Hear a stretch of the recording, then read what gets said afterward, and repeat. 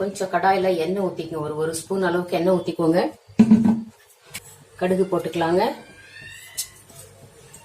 கடுகு பொரிஞ்சோடனே இதில் இந்த பூண்டு பல் போட்டுக்கலாங்க. பூண்டு பல் வச்சிருந்தோம் இல்லையா, அதை போட்டுக்கலாம். பூண்டு பல் கொஞ்சம் வதங்கினோடனே இந்த காஞ்ச மிளகாய் வச்சிருந்தோம் இல்லையா, காஞ்ச மிளகாய் போட்டு, கருவேப்பிலை வச்சிருந்தோம் இல்லைங்களா, அதை ஒரு அரைச்சி போட்டுக்கலாம்.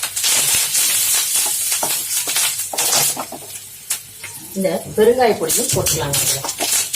இந்த வேர்க்கடலை, ஒரு பிடி வேர்க்கடலை வச்சிருந்தோம் இல்லைங்களா, அதை நல்லா வறுத்துக்கணும். இந்த மஞ்சள் தூளையும் போட்டுக்கலாங்க. வேர்க்கடலை வறுப்பட்டோடனே இந்த சட்னி கல்ல வச்சுக்கோம் இல்லையா, பொட்டுக்கடலைன்னு சொல்லுவாங்க இல்லையா, அதையும் போட்டுடலாங்க. வச்சுக்கோம் இல்லைங்களா, அதையும் போட்டு வேண்டியதாங்க.